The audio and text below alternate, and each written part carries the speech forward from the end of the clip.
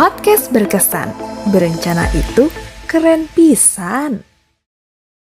Assalamualaikum warahmatullahi wabarakatuh. Halo Sobat BKKBN dan teman bahagia semuanya di rumah. Selamat datang kembali di Posgatra, Podcast Keluarga Sejahtera.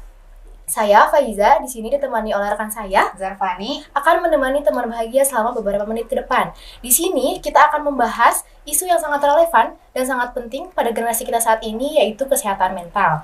Di sini telah hadir bintang tamu spesial kita, yaitu seorang psikolog dan juga dosen Fakultas Psikologi Universitas Islam Bandung. Halo, selamat datang Tefani. Halo. Ya, Terima gimana kasih. kabarnya hari ini? Sehat, alhamdulillah. Alhamdulillah sehat. Teteh, terima kasih sudah menyempatkan hadir di podcast kita kali ini. Ya. Jadi topik podcast kita kali ini yaitu Say Goodbye to Anxiety, mengatasi krisisnya kesehatan mental Gen Z. Nah, banyak nih penelitian yang menunjukkan bahwa Gen Z ini menghadapi tekanan yang lebih besar nih dibandingkan generasi-generasi sebelumnya. Gen Z ini juga disebut-sebut lebih rentan menghadapi tekanan dibandingkan generasi-generasi sebelumnya, terus dengan kesehatan mental seperti itu. Nah, selain itu tekanan dari media sosial, terus perubahan sosial yang cepat, sampai ketidakpastian mengenai masa depan, itu semuanya berkontribusi nih pada meningkatnya angka kecemasan di kalangan generasi ini, Teh. Nah, dalam episode ini kita akan mendalami penyebab dari kecemasan ini, bagaimana Gen Z mengatasinya, dan langkah-langkah praktis yang bisa diambil untuk mengucapkan selamat tinggal pada anxiety. Nah, di sini nantinya juga kita akan menghadirkan Duta Genre Jawa Barat yang merupakan perwakilan dari Gen Z itu sendiri. Nah, mungkin Teh langsung aja ya kita membahas topik kita kali ini ya Teh.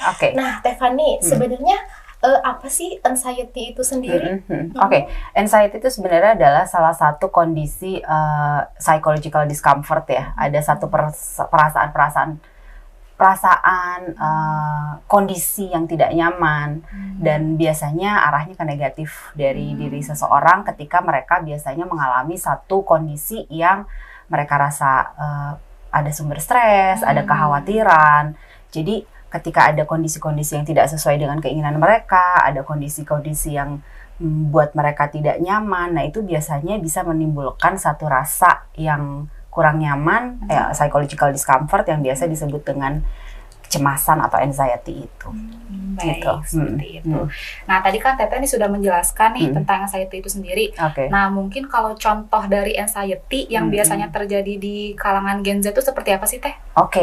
Kecemasan itu manifestnya banyak sekali ya. Tapi mungkin kalau Gen Z sekarang kayak mereka khawatir dengan apa yang dibicarakan orang lain, terus kemudian kekhawatiran tidak sama dengan orang lain. Kalau pernah dengar FOMO ya, fear of missing out, kayak misalnya takut tidak sama dan lain sebagainya, kekhawatiran dari sebenarnya kalau misalnya Gen Z juga kayak mereka khawatir tidak bisa sukses di kemudian hari, misalnya seperti itu. Jadi karena Gen Z ini adalah usia-usia yang mereka kan kalau banyak sekali pendapat yang menyatakan berapa sih batas usia generasi X, Y, Z, Alpha dan lain sebagainya. Kalau Z itu kan kebanyakan memang mereka yang rata-rata itu kelahiran 95 sampai 97 lah sampai 2012. Artinya mereka kan memang sedang di masa remaja atau dewasa awal. Kadang-kadang ada kekhawatiran yang terkait dengan tugas perkembangan mereka. Jadi misalnya mereka ini di usia yang sudah seharusnya misalnya lulus studi, sudah bekerja, sudah berkeluarga, dan kekhawatirannya biasanya di seputar itu. Jadi apakah sudah memenuhi atau belum. Jadi seperti itu. Jadi sebenarnya anxiety itu tuh belum mencapai ketenangan gitu ya Teh, bisa dikatakan seperti itu. Nah biasanya nih Teh, apa aja sih yang membuat Gen Z ini sering mengalami kecemasan? Yang membuat mereka sering merasa cemas itu sebenarnya ya ketika mereka misalnya melihat orang lain, misalnya melihat adanya kondisi orang di sekitar mereka, kondisi lingkungan di sekitar mereka merasa misalnya tidak bisa serup sama dengan yang lain, membandingkan diri dengan yang lain misalnya, atau mereka pernah merasa gagal di satu hal, sehingga mereka juga cemas di kemudian hari juga akan merasa seperti itu. Atau memang ada permasalahan-permasalahan pribadi, terus kemudian mungkin ketidakberhasilan dalam mencapai sesuatu, atau sekedar memang membandingkan kondisi diri dengan orang lain yang meskipun sebenarnya tidak negatif, tapi ketika ada apalagi sekarang generasi Z itu kan generasi yang mereka sangat dekat dengan sosial media ya. Betul. Sosial media itu sangat ada dua sisi, positifnya banyak banget, tapi linear negatifnya juga ternyata juga banyak. Jadi salah satunya adalah ketika mereka punya akses yang sangat mudah untuk melihat bagaimana kehidupan orang lain, kehidupan lingkungan. Nah, sedikit banyak, bahkan mungkin saya bisa bilang agak banyak ya, yang bisa menjadi membandingkan dirinya dengan pencapaian orang lain. Dan itu sebenarnya menjadi salah satu isu di mana mereka merasa insecure dengan dirinya, muncullah kecemasan dan lain sebagainya, seperti itu. Oke, berarti tandanya Gen Z ini tuh lebih rentan ya, lebih rentan mengalami kecemasan gitu ya. Betul. Oke, nah sebenarnya bagaimana sih teknik mengatasi stres atau yang kita sebut sebagai coping stress untuk mencapai well-being gitu? Oke, coping stress itu sebenarnya pada dasarnya kita harus bisa membuat lebih seimbang antara kecemasan-kecemasan yang kita alami agar tidak terlalu menjadi lebih kuat, cemasnya tidak mendominasi dan lain sebagainya. Artinya apa? Harus diimbangi dengan hal-hal yang memang membuat kita bisa lebih berpikiran positif, membuat kita bisa lebih rasa secure dan lain sebagainya.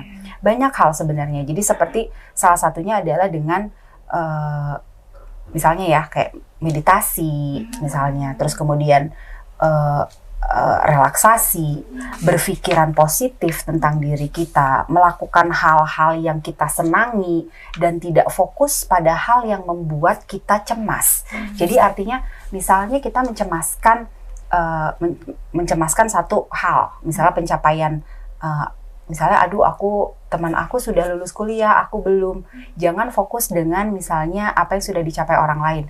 Apa yang dicapai orang lain itu bisa menjadi gambaran. Oh oke, berarti bisa ya lulus dan lain sebagainya. Tapi kita balik lagi ke kita, apa yang sudah kita lakukan, apa yang kita rencanakan, mengevaluasi diri dan lain sebagainya. Dan melakukan hal-hal yang kita menyenangkan itu sebenarnya juga menjadi hal yang bisa meningkatkan rasa secure diri kita terhadap rasa secure kita gitu ya, menjadi tidak insecure lagi.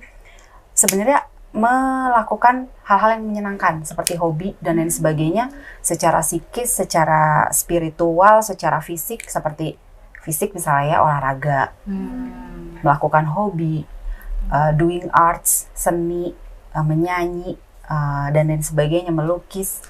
Kalau psychological misalnya sharing dengan teman, sharing dengan orang yang kita percayai, itu bisa juga dari keluarga ya. Jadi ketika kita punya satu orang di keluarga kita yang memang kita feel secure untuk banyak cerita sama mereka, jadi sharing is caring itu benar banget ya. Jadi kita sharing sama orang, dan kemudian sebetulnya secara spiritual sebenarnya ketika kita mendekatkan diri dengan Sang Pencipta, itu sebenarnya bisa membuat rasa psikologis kita tuh tenang, seperti itu. Jadi itu sebenarnya adalah hal-hal yang bisa kita lakukan untuk mengurangi rasa kecemasan itu. Gitu. Oke, nah tadi kita sudah membahas nih Teh berbagai cara untuk mengatasi stres itu sendiri. Namun kan untuk mencapai kesejahteraan yang optimal itu sendiri kita perlu memahami atau mengetahui bagaimana sih cara emosi kita bekerja seperti itu. Menurut Teteh seberapa penting sih regulasi emosi dalam menghadapi situasi yang penuh tekanan? Penting banget, penting. Jadi gini. Sebenarnya ini adalah salah satu hal yang mungkin kalau misalnya dikatakan seperti mudah gitu ya, regulasi emosi gitu ya. Tapi memang melakukannya itu bukan satu hal yang semudah itu, artinya berproses. Sebenarnya dengan bagaimana kita menilai situasi gitu ya, kita menilai situasi di lingkungan, menilai masalah, kita punya appraisal. Ini masalahnya seperti apa ya gitu. Sebenarnya masalahnya di mana? Karena kadang pada diri seseorang itu tidak bisa menilai, oh masalahnya adalah di area A, oh masalahnya di area B. Kadang-kadang seseorang itu lebih fokus pada perasaannya, bukan pada masalahnya. Jadi ketika kita bisa melakukan penilaian, oh masalahnya di area tertentu, lalu apa ya solusinya? Dipikirkan dengan logika, dengan tidak mengedepankan perasaan atau emosi, dengan juga memikirkan bagaimana reaksi kita terhadap masalah tersebut, dampaknya pada lingkungan. Itu dinamakan regulasi emosi. Jadi bagaimana kita mengatur keadaan emosi kita, tidak mendominasi, lebih menggunakan akal, pikiran, logika, rasio untuk menyelesaikan satu masalah, itu hal yang amat penting.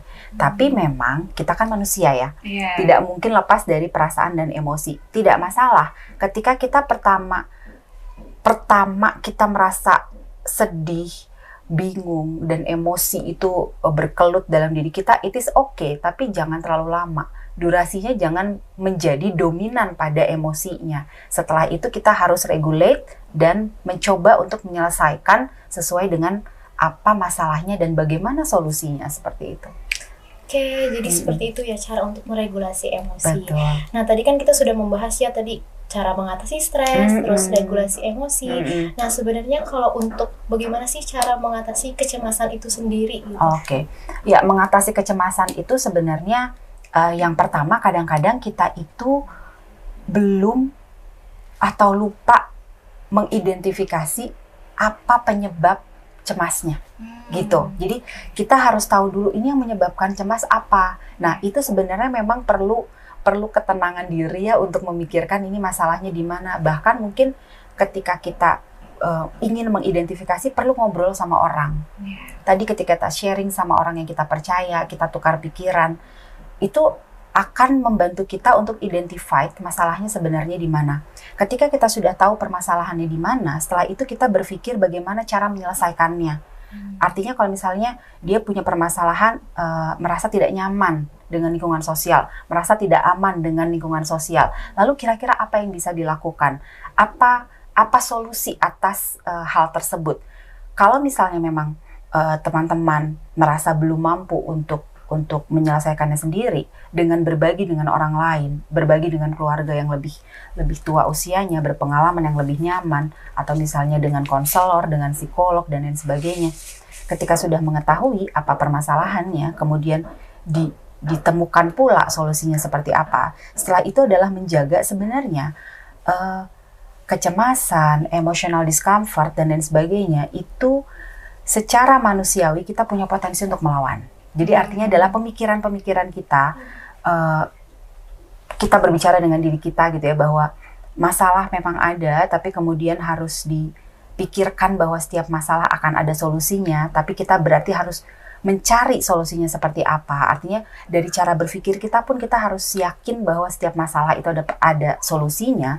Setelah itu kita beraksi nyata dengan mencari solusinya seperti apa, dan tidak memikirkan terlalu berlebihan pada, kalau kata orang zaman sekarang, overthinking ya. Maksudnya si overthinkingnya itu kita blok, karena bagaimanapun kita tuh sebenarnya bisa loh. Oke, itu kita udah tidak usah kita pikirkan, karena energi kita itu akan sangat bermanfaat untuk memikirkan hal-hal lain dibanding memikirkan hal-hal yang buruk. Setelah itu kita juga dibantu dengan bagaimana kita melakukan relaksasi tubuh, relaksasi psikologis, terus kemudian sebenarnya cara mengatasi, ada loh salah satu cara mengatasi perasaan tidak nyaman itu kalau kayak 911 gitu ya. Jadi kita tarik nafas panjang, take a deep breath gitu ya. Tarik nafas panjang itu relaksasi pernafasan, relaksasi otot. Itu sebenarnya juga bisa membuat stres kita rilis. Penanganan pertama. Nah setelah itu, karena ketika kita secara fisik kita sudah tidak tegang, sudah tidak stres gitu ya, itu akan berpengaruh kepada psikologis kita, sehingga kita melakukan relaksasi dan lain sebagainya gitu ya, itu akan membantu tubuh kita lebih tenang, sehingga pemikiran kita pun tenang, sehingga kita berpikir untuk solusi, berpikir positif itu akan cenderung lebih mudah dibanding kita keep dengan kondisi tension tadi, seperti itu. Oke, baik. Mungkin itu adalah penutup atau pertanyaan terakhir dari kita untuk podcast kita kali ini ya, teman-teman. Sekali lagi terima kasih kepada Tefani yang sudah berkenan untuk datang ke sini untuk menjadi narasumber di podcast kita kali ini. Seperti itu, teman-teman. Sama-sama. Nah, tadi kita telah membahas mengenai anxiety dari sudut pandang psikolog. Di sini kita sudah mendatangkan langsung nih Duta Genre Jawa Barat yang termasuk generasi zilenial. Di sini ada Ananda Nashwa nih. Halo, apa kabar? Halo, Teteh. Halo Alhamdulillah, semuanya. baik banget, teman-teman. Alhamdulillah baik nih ya Alhamdulillah hari ini. Nah, Ananda Nashwa ini kan termasuk generasi zilenial nih. Nah, biasanya kecemasan seperti apa sih yang dirasakan oleh Gen Z gitu? Oke, bahas Gen Z nih ya. Iya. Jadi teman-teman perlu tahu kalau misalnya Jawa Barat ini kan penduduknya ada 50 juta gitu. Nah, 27,88% atau sekitar ya kurang lebih 13 juta itu Gen Z itu. Salah satu dari kita ini merupakan generasi zilenial yang memang kita tumbuh dan berkembang itu bersamaan dengan digitalisasi gitu ya. Nah, kalau misalnya berbicara tentang kecemasan gitu ya, ataupun hal-hal yang memicu, yang menjadi faktor biasanya Gen Z itu kenapa gitu. Kalau misalnya dari POV aku sendiri nih ya, aku sekarang sedang melanjutkan pendidikan di perguruan tinggi. Banyak sekali hal-hal yang memang menjadi permasalahan gitu, khususnya terkait dengan kecemasan. Atau misalnya aku ingin meng-highlight terkait dengan kalau misalnya kita tuh sering dipengaruhi sama pendapat orang lain gitu. Nah, kita sering terpengaruh kalau misalnya kita tuh harus sesuai dengan ekspektasi orang lain. Nah, kemudian kalau di ruang lingkup aku juga di mahasiswa kan kita tidak berteman hanya satu daerah aja, tapi berbagai daerah, jadi banyak anak rantau gitu. Termasuk aku pun sendiri itu adalah anak rantau ya. Dan kecemasan yang biasanya dialami itu seputar kesehariannya gitu, makannya kayak gimana gitu. Kalau misalnya ada cucian juga itu menjadi satu pemikiran gitu yang pada akhirnya itu menjadi salah satu hal yang menjadi kecemasan kalau kita sebagai seorang Gen Z gitu. Oke, kalau misalnya dari aku sendiri ya sebagai siswi yang masih duduk di kelas 12 SMA gitu. Kalau misalnya tadi kan kita udah dengar dari POV-nya seorang Ananda yang notabene-nya sebagai mahasiswa gitu kan, dan anak rantau juga. Anak rantau, homesick jadi, juga. Iya, betul. Kalau misalnya anak SMA kan kita belum sampai ke sana ya mikirinnya kayak misalnya keseharian kita cucian kayak gimana, masak kayak gimana, bahkan uang jajan pun kita masih minta ke orang tua gitu kan. Jadi kita belum sampai ke kompleks, kompleks banget gitu permasalahan yang sampai dialami sama Kak Ananda ini gitu ya. Okay. Kalau misalnya dari segi anak SMA sendiri sih aku lebih banyak, dan teman-teman yang aku rasain juga gitu, kalau misalnya kita itu mengalami kecemasan dimana kalau misalnya kita nggak nyaman nih sama ruangan kelas, nggak nyaman sama teman-temannya. Kita kan kenal banget sama yang namanya circle-circlean. Nah, kadang kan circle ini ada yang baik, ada yang toksik juga ya. Gimana kalau misalnya yang toksik itu mempengaruhi yang namanya suasana kelas juga. Apalagi kalau misalnya ada guru yang kemudian gitu kan, itu bakal bikin kita cemas banget karena ini gimana nih kalau misalnya kita nggak nyampe si pematerian itu masuk kita gitu kan. Terus kalau misalnya ada ulangan dadakan, terus juga tugasnya numpuk, prakteknya numpuk segala macam, wah udah itu mah cemas banget, stres banget ujung-ujungnya.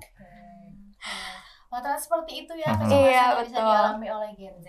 Yes. Nah, seperti yang kita ketahui kalau misalnya Gen Z ini tuh lahir di era perkembangan teknologi yang pesat. Nah, kalau menurut teman-teman sendiri, seberapa penting sih peran media sosial dalam mempengaruhi kesehatan mental ini? Oke, sebenarnya kalau misalnya ditanya seberapa penting, itu penting banget Penting ya. banget Soalnya sih, kan iya. kita bener banget tadi kita tuh hidup di era digitalisasi, Iya. di mana kita juga suka belajar nih yang namanya literasi digital, terus bijak dalam menggunakan media sosial. Itulah kenapa teman-teman semua kita itu harus bijak menggunakan media sosial, karena ya teh ya sekarang mah kan banyak banget yang namanya cyberbullying di media sosial. Kita setiap lihat Instagram, misalnya lihat TikTok, lihat komentar, wah langsung kayak kok ini mah kayak gini ya komentarnya gitu kan, bikin sakit hati segala macam, bikin overthinking. Terus juga kita kalau misalnya lagi kenapa-napa gitu kan, kita larinya juga ke media sosial. Kayak misalnya lagi putus sama si doi, lagi galau, kita tuh pasti ngepostingnya di SG atau enggak di SW gitu kan. Jadi sebenarnya media sosial ini tuh selalu berdampingan sama diri kita, dan kalau misalnya kita nggak bijak dalam menggunakannya, ya kita juga dapat sesuatu yang negatif juga ke diri kita. Makanya kenapa kita harus bijak dalam menggunakan media sosial, teman-teman. Yes, benar banget. Makanya kalau misalnya ngomongin Gen Z tuh, kalau sama media sosial, kita sering ada disebut yang namanya istilah digital native gitu. Yes, betul. Cakap digital itu istilah yang sering diberikan ke anak-anak Gen Z gitu. Nah, kalau misalnya dari aku sepakat banget tadi ya Teh Hawa. Dan kalau misalnya dari aku lebih dipersingkatnya itu adalah kalau misalnya dulu nih, orang zaman dulu, orang generasi milenial gitu, entah itu orang tua kita atau kakek kita, ketika mereka sedang dihadapkan pada suatu permasalahan yang menimbulkan kecemasan, yang mengganggu kesehatan mental ataupun menjadikan diri kita ini stres, ya udah gitu, cukup hanya untuk konsumsi diri pribadinya dan orang-orang sekitar mungkin ya, karena untuk bisa sebagai mencurahkan isi hatinya. Nah, tapi kalau misalnya anak-anak Gen Z, tadi udah sempet disinggung, kita kalau misalnya lagi stres, lagi galau gitu, larinya ke media sosial ya. Betul, Tapi justru terkadang ketika kita mencoba untuk mencari sebuah pelarian ke media sosial, malah kebalikan gitu yang dihadapinya. Ketika kita ke media sosial, kita akan disuguhkan beribu-ribu foto dan juga video kebahagiaan orang lain ataupun pencapaian-pencapaian orang lain gitu. Pada akhirnya itu jadi mempengaruhi kembali gitu terhadap suasana hati kita. Pada akhirnya kan standar keberhasilan seseorang diukur oleh standar apa yang kita lihat di media sosial gitu. Iya, betul. Kayak gitu, jadi sangat berpengaruh sih. Jadi ujung-ujungnya insecure juga Insecure ya juga ngeliatnya. gitu. Nah, itu Nambah-nambah bagaimana aja. pengelolaannya tadi, literasi digital Betul. gitu. Nah, sekarang kan lagi marak-maraknya nih di sosial media kalau Gen Z tuh ngerasa stres sedikit langsung healing. Oke. Oke. Dan Najwa nih sebagai perwakilan dari Gen Z, Haha. gimana sih cara ngatasinnya kalau lagi ngerasa cemas atau overthinking seperti itu? Oke, wow, cara mengatasinya nih. Nah, kayaknya kita akan highlight dulu secara umumnya gitu ya. Boleh, Karena boleh. kita di genre belajar nih, Teh. Kita ada yang namanya modul pegangan pendidik sebaya dan konselor sebaya. Itu kita ada modul namanya upgrade tentang kita. Nah, di situ tuh kita ngebahas 10 life skill yang harus dimiliki oleh remaja. Betul. Dan di mana salah satunya ini adalah mengatasi stres gitu. Nah, stres ini kita tahu kalau misalnya merupakan sebuah kondisi di mana fisik ataupun psikis ataupun mental ini sendiri itu dia pada akhirnya kalau misalnya lingkungannya ada yang berubah, kita harus menyesuaikan dengan hal tersebut gitu, dengan perubahan tersebut. Jadi cara-caranya sebetulnya teman-teman lebih kepada menguraikan apa yang menjadi pemicunya, faktor-faktornya. Kita ada metodenya, kayak kita bikin lingkaran dibagi menjadi 8 bagian. Apa sih yang bikin teman-teman stres di sekolah, di lingkungan keluarga, gitu. Kemudian di masyarakat. Nah, begitupun kita sendiri yang menentukan solusinya. Kalau misalnya kita tahu masalahnya apa, nah biasanya kita akan menemukan sendiri jawabannya, gitu. Karena terkadang jawaban terbaik itu bukan dari orang lain, gitu. Tapi kita sendiri pada akhirnya perlu untuk mengelola diri, apa yang menjadi controlling diri ketika dihadapkan pada suatu permasalahan Betul gitu. banget. Ya. Gitu sih.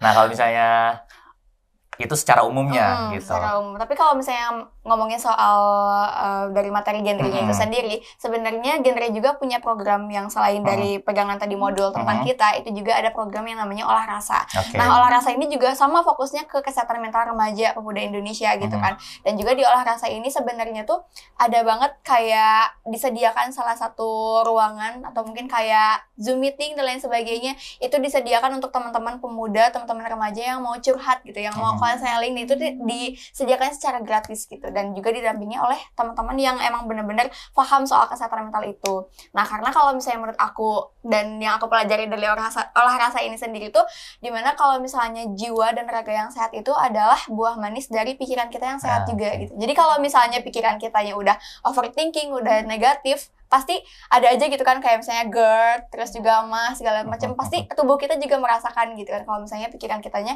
lagi nggak baik-baik aja kayak gitu. Tapi kalau misalnya dari cara aku sendiri ya, kalau buat mengatasi yang namanya kecemasan kayak gitu tuh, aku biasanya ngehadapinnya dengan cara hadapi, atasi, lupakan. Nah, jadi kita tuh harus menghadapi, kita juga harus mengatasi, tapi kalau misalnya udah diatasi, udah dihadapi, kita juga harus melupakan, karena masih banyak hal-hal besar yang harus kita hadapi ke depannya kayak gitu. Oke, wow, itu secara pribadinya gitu.